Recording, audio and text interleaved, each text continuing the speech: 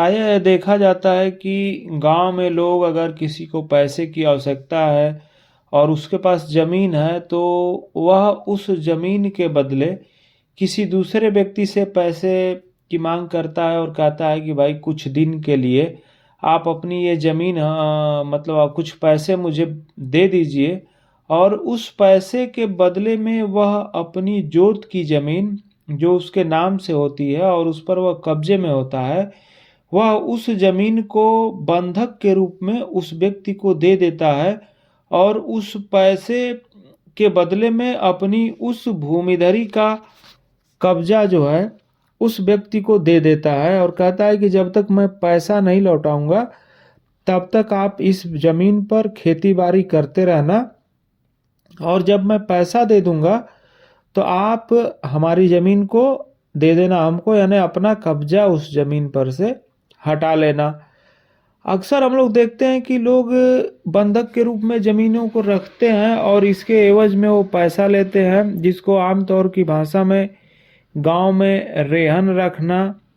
कहा जाता है। रेहन पर दे दिया है ऐसा कहा जाता है।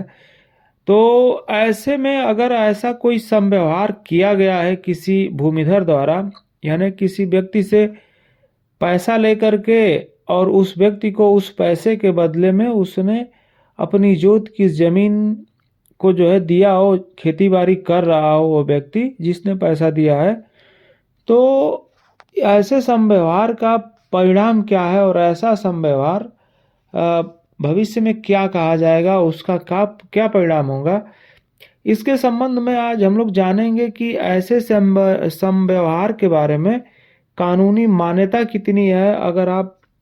किसी से पैसा लेते हैं और उस पैसे के बदले में आप अपनी ज़मीन उसको रेहन पे रखते हैं, यानी उसको उस ज़मीन पर कब्जा दे देते हैं, तो ऐसे में भविष्य में इसका क्या प्रभाव पड़ता है। अगर जब आप वह आदमी जिसने आपसे पैसा लिया है वह पैसा आपका नहीं चुका पाता है तो आप क्या कर सकते हैं। तो ऐसे में जो संहिता बनी 2006 में, तो संहिता की धारा 93 में एक प्रोविजन इसके संबंध में व्यवस्था की गई और उसमें ये कहा गया कि यदि कोई भूमिधर यानी यदि कोई काश्तकार ऋण के रूप में, यानी ऋण यानी कर्ज के रूप में या ऐसे ऋण पर ब्याज के बदले में अग्रिम ली गई किसी धनराशि को प्राप्त करने के प्रयोजन के लिए किसी जोत या उसके किसी भाग का कब्जा अंतरित करता है, यानी अपनी किसी जमीन का कब्जा उस पैसे के बदले में उस व्यक्ति को देता है, तो किसी विधि या संविदा या अंतरण के अभिलेख में किसी बात के होते हुए भी यह संव्यवहार सदैव इस संहिता के प्रयोजनों के लिए अंतरिति को विक्रय माना जाएगा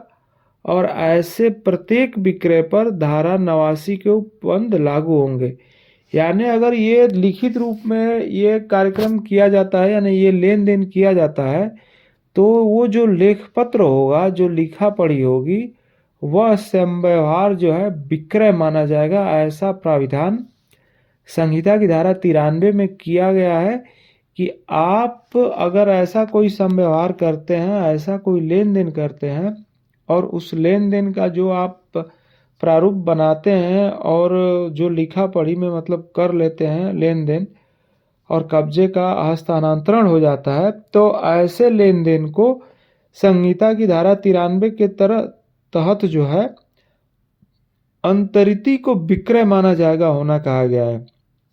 यानी वह व्यक्ति सेक्शन 93 के तहत उसको विक्रय के रूप में घोषित कराने के लिए सक्षम न्यायालय में वाद योजित करके उस पर अग्रिम कार्रवाई अमल में ला सकता है। तो इस प्रकार वह व्यक्ति इस धारा में दिए गए प्रोविजन के अनुसार अगर वह व्यक्ति जिसने ऋण लिया है वो अपना पैसा उसका नहीं देता है तो वह सेक्शन 93 के तहत कार्रवाई करके और कानूनी रूप से अनुतोष प्राप्त कर सकता है और इस संहिता के इस नियम के तहत लाभ ले सकता है। संबंध में और ये जानकारी आपको कैसी लगी ये कमेंट बॉक्स में ज़रूर बताएं। और यदि आपने हमारे चैनल को सब्सक्राइब न किया हो तो कृपया इसे सब्सक्राइब करें, ऐसी ही जानकारियाँ आपको प्राप्त होती रहें। धन्यवाद।